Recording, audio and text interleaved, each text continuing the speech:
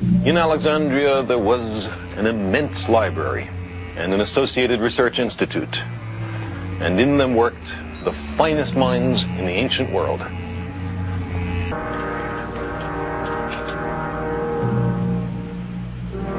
Of that legendary library, all that survives is this dank and forgotten cellar. It's in the library annex, the Serapeum, which was once a temple, but was later reconsecrated to knowledge.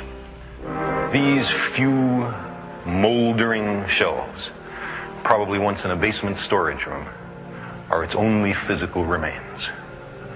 But this place was once the brain and glory of the greatest city on the planet Earth.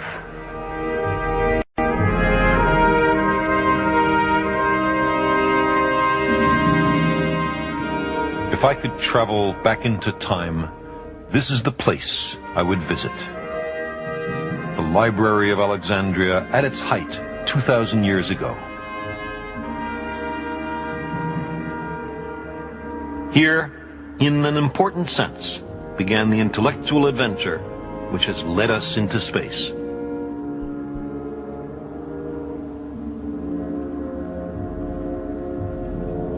All the knowledge in the ancient world was once within these marble walls.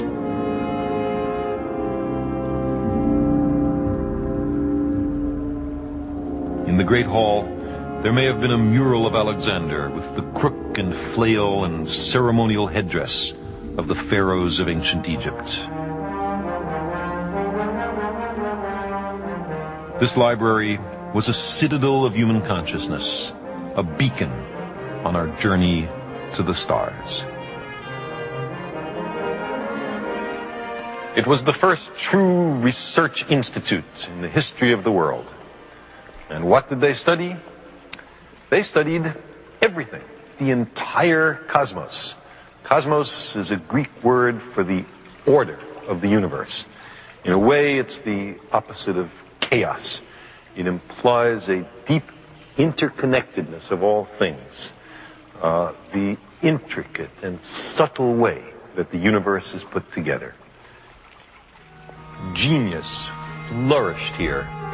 In addition to Eratosthenes, there was the astronomer Hipparchus, who mapped the constellations and established the brightness of the stars. And there was Euclid, who brilliantly systematized geometry, who told his king, who was struggling with some difficult problem in mathematics, that there was no royal road to geometry. There was Dionysius of Thrace, the man who defined the parts of speech, nouns, verbs, so on, who did for language, in a way, what Euclid did for geometry. There was Herophilus, a physiologist who identified the brain rather than the heart as the seat of intelligence. There was Archimedes, the greatest mechanical genius until the time of Leonardo da Vinci. And there was the astronomer Ptolemy, who compiled much of what today is the pseudoscience of astrology. His Earth-centered universe held sway for 1,500 years, showing that intellectual brilliance is no guarantee against being dead wrong. And among these great men, there was also a great woman. Her name was Hypatia. She was a mathematician and an astronomer, the last light of the library, whose martyrdom is bound up with the destruction of this place 7 centuries after it was founded.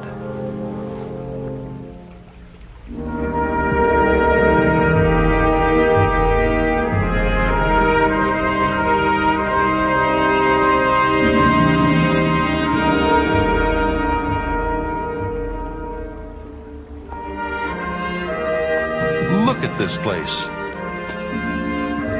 The Greek kings of Egypt, who succeeded Alexander, regarded advances in science, literature, and medicine as among the treasures of the empire. For centuries, they generously supported research and scholarship, an enlightenment shared by few heads of state then or now.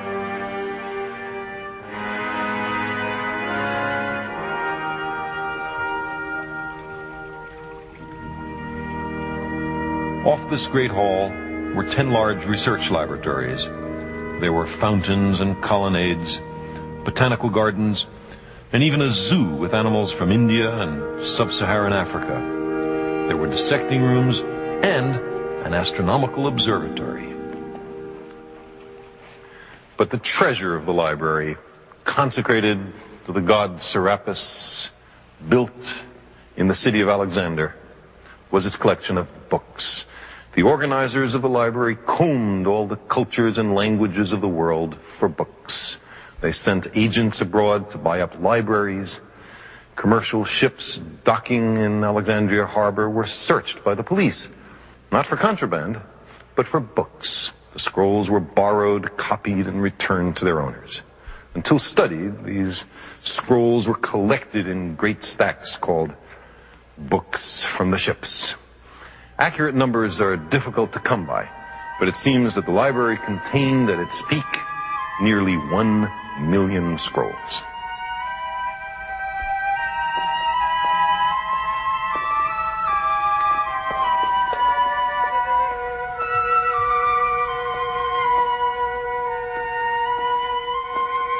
The papyrus reed grows in Egypt. It's the origin of our word for paper. And each of those 1 million volumes which once existed in this library were handwritten on papyrus manuscript scrolls. What happened to all those books? Well, the classical civilization that created them disintegrated. The library itself was destroyed. Only a small fraction of the works survived. And as for the rest, we are left only with pathetic, scattered fragments. But how tantalizing those remaining bits and pieces are. For example, we know that there once existed here a book by the astronomer Aristarchus of Samos, who apparently argued that the Earth was one of the planets, that like the other planets, it orbits the sun, and that the stars are enormously far away. All absolutely correct. But we had to wait nearly 2,000 years for these facts to be rediscovered.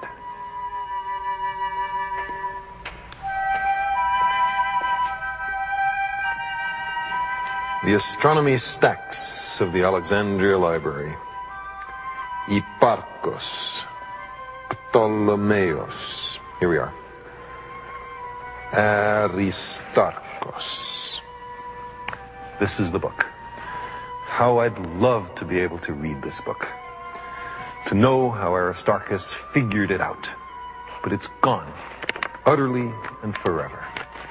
If we multiply our sense of loss for this work of Aristarchus by 100,000, we begin to appreciate the grandeur of the achievement of classical civilization and the tragedy of its destruction.